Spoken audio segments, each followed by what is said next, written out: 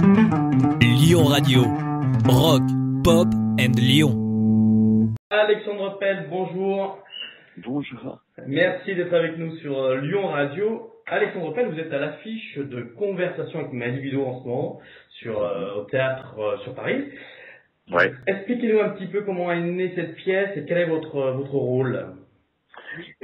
C'est l'histoire d'un abstinent sexuel qui est connu pour ses théories, qui fait des bouquins, c'est un auteur. Et puis il déménage et dans son déménagement, il découvre que sa voisine est extrêmement mignonne, charmante. Et il ne veut absolument pas s'avouer qu'il a un petit coup de foudre pour elle. Et moins il va vouloir, donc il va tout faire pour la repousser. Elle va s'accrocher malheureusement. Il la prend pour une idiote, elle n'est pas idiote. Et en fait, ce qui va se passer, c'est que il s'avoue tellement pas il a un petit coup de foudre pour elle que en fait, sa libido va se personnifier sur scène et va le pousser dans ses derniers retranchements. Voilà, c'est une pièce qui est extrêmement drôle, qui est assez, le langage est assez fleuri, assez cru, mais c'est toujours drôle et de bonne tenue et de bonne composition. Et voilà, et c'est ça dure on a repris, on a été capté par Chérie 5, et puis la pièce connaît un joli succès en ce moment, et on est très heureux du succès, de la rencontre avec le public, et puis surtout parce qu'on se marre comme des fous, quoi, pour pas dire comme des cons. Donc voilà, donc on est heureux, on a de la chance. Est-ce qu'une tournée en France est envisageable? Oui, il y a une tournée en France qui est envisageable, qui sera à partir de l'année prochaine, mais on ne sait pas exactement quand, mais je sais qu'à partir de l'année prochaine, à partir de septembre, il y aura des dates de tournée qui sont déjà vendues, en fait, ça je sais. D'accord, c'est une très bonne nouvelle, donc peut-être que vous passerez par Lyon pour jouer. J'espère. J'aime trop Lyon pour ne pas y passer. J'espère qu'on va réussir à passer vous voir parce que j'adore Lyon. Vous avez été aussi dans Top Chef il y a quelques jours de ça sur M6. Racontez-nous un petit peu cette aventure.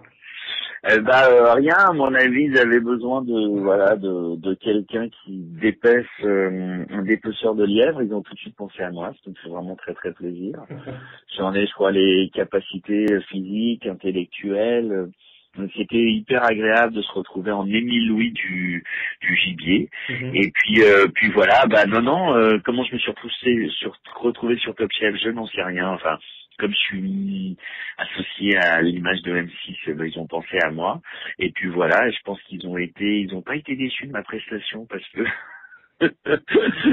parce que j'ai fait vraiment n'importe quoi, mais je me suis surtout beaucoup amusé. Et puis c'était très agréable à faire.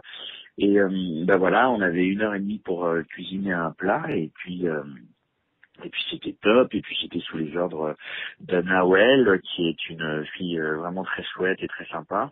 On s'est très très bien entendu, et puis moi j'ai tout fait pour que elle soit au mieux possible et qu'elle gagne l'épreuve. Malheureusement, c'est Alex Good, c'est Alex Good qui a remporté, je crois. Ouais, c'est Alex Good, et et son plat était très bon.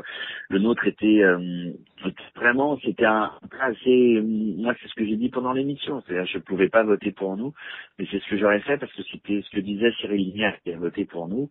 C'était de loin le plat le plus difficile à faire et le plus casse-gueule, et que on s'en était, surtout Nawel, parce que moi j'y suis pour rien, c'est elle qui a confectionné la recette, moi je ne suis qu'une petite main. C'est elle qui avait réfléchi à tout, et c'était vraiment excellent, quoi, mais vraiment excellent. Est-ce que c'était bien payé au moins comme prestation?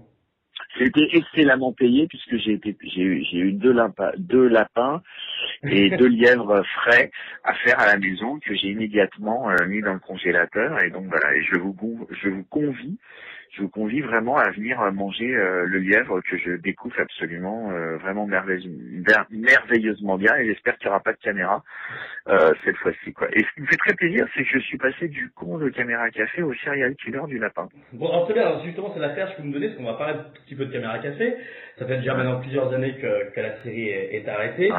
Qu'est-ce que vous gardez-vous de cette expérience-là de caméra café? Qu'est-ce que je garde comme souvenir? Oui. Bah, que d'excellents souvenirs. J'ai adoré ça. J'ai adoré. J'écrivais, je jouais, on trouvait des vannes. C'est juste, c'était le plaisir sur terre, quoi. C'était le bonheur. C'était très difficile à faire à l'époque parce que mon fils n'a pas dormi pendant 2 ans et s'est tombé en plein des tournages de Caméra Café de l'écriture. C'était physiquement très épuisant et voilà. Et ce que j'en garde, c'est que j'en garde d'excellents souvenirs. J'ai été très gâté à la télévision, j'ai fait les nuls, les guignols, H, et Caméra Café fait partie, voilà, de ces 4 piliers à la télévision que je revendique fièrement, hautement et entièrement. Bon. Vous êtes actuellement donc sur scène et puis on va vous retrouver aussi à Lyon au Transborder à partir du 26 mai pour participer donc à un nouveau festival, le festival Togger Lyon. Vous allez jouer votre one man qui s'intitule Conseil à des jeunes qui veulent entrer dans le business, que vous tournez d'ailleurs toujours avec. Absolument, bah écoutez, j'ai de la chance, ce spectacle n'a fonctionné que sur le bouche à oreille et puis la notoriété de Caméra Café. Il trouve qu'il a remporté un très bon succès. Et voilà, et j'ai terminé mon deuxième one man qui va s'appeler Conseil des jeunes qui veulent rire de tout. Et puis je vais jouer à partir de l'année prochaine également. Et voilà, donc c'est une nouvelle page qui se tourne, une de plus. Et voilà, et je suis très heureux de ce deuxième spectacle qui est l'aboutissement de 2 ans et demi d'écriture. Et puis d'une nouvelle aventure. Et j'espère que ce deuxième spectacle connaîtra le même succès que Conseil à des jeunes a remporté auprès d'un public large. Et voilà, et puis voilà, ça a été une très très belle, là aussi j'ai eu beaucoup de chance, ça a été une très très belle aventure ce spectacle, et voilà, et je suis extrêmement fier.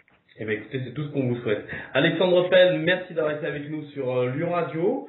Et puis on vous retrouve donc à Lyon le 26 mai au Transborder pour le Festival Togger. Et puis on espère vous voir l'année prochaine sur scène pour Conversation avec ma libido. Merci à vous et je me languis d'être chez vous le 26 mai. À très bientôt. Merci. À très bientôt.